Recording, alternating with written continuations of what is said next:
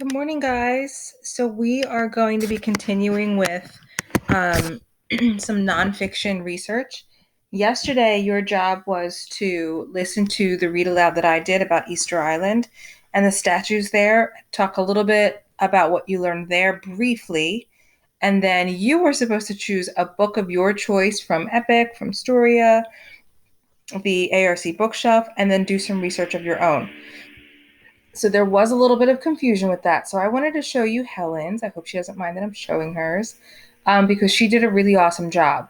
So for the reading response part, she read the directions. It says, what is the most interesting fact that you learned about the book that I read, Statues of Easter Island? So she recorded this fact that about 5,000 people live on Easter Island today. Then she went on to do some independent reading from Epic on a book about basking sharks. So all of her facts are all about basking sharks in the page that she found them on, the author of the book. So she did a really, really great job with that.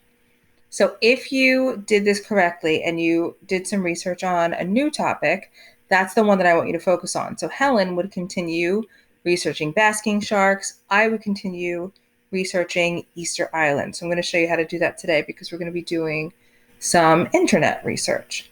So this is the new page that you're going to be working from. It reminds you of the directions. It says, yesterday you chose a book of your choice to read and recorded 3 facts from that book. At least you should have. Today, you will further your research and understanding of your topic by finding more information on the internet.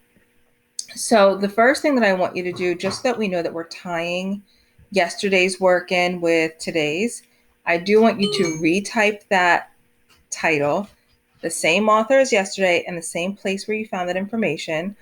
But then today you're going to find some facts from the internet and then also the website that you could find it on. So I'm going to share with you a link to Kidtopia. And this is where you can type in whatever it is that you researched yesterday from your books and then find it on the internet today. So I would type in Easter Island. And then once you have found some different websites, I always like to just kind of take a peek and see what the web addresses are. So I know that Science Kids is going to be a good one. Wonderopolis is going to be a good one. So I'm going to click on the first one and see if I can find some new facts that I didn't already know. So it looks like it says Easter Island is also called Rapa Nui. So we learned some of these facts yesterday. Let's see. And I want to make sure that instead of just talking about Easter Island, that I want to focus on the statues because that's what I focused on yesterday. So I'm just kind of like skimming through some of these facts. I like that they're bulleted. We learned this one yesterday that each statue represented the deceased head of family ancestry. They were carved from solidified volcanic ash. Many teams working on different statues. I don't think we learned that. And then it took them about a year to finish. So here's the thing. I do not want you copying and pasting. We want to make sure that we're fully understanding our facts and putting them into our own words. So I'm going to say that the carvers used basalt stone hand chisels, because I didn't know that.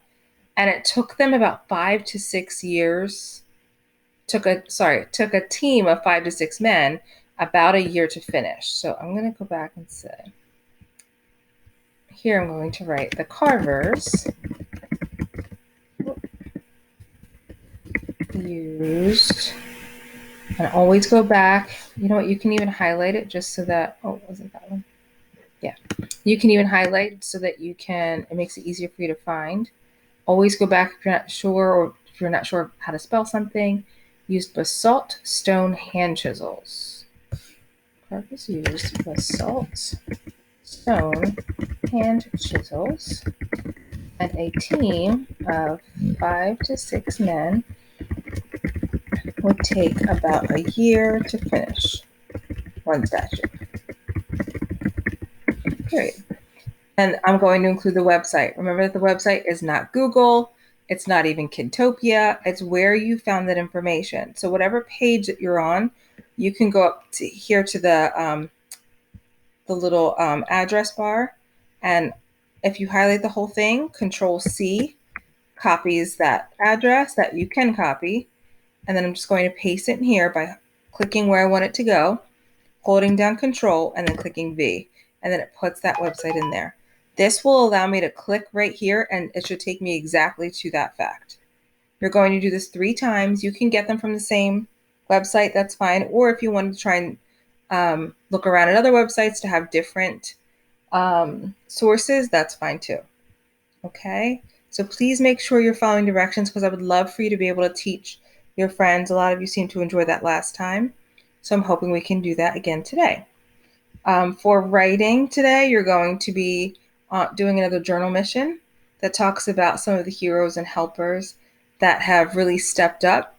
So it says you're going to make a list of the many helpers you have recognized during the crisis, then circle one or focus on one. Maybe we could even highlight, and then you would write a letter to one of them. So here you can write your list of heroes and helpers.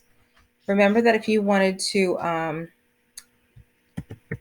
do just like a bulleted list, you can do it straight down here by clicking on, let's see where it is, by clicking on these little bullets, list them there, and then you can, once you've done that, focus on one that you really like. You can highlight it and change the color, but then in this blue box, you're going to write them a letter.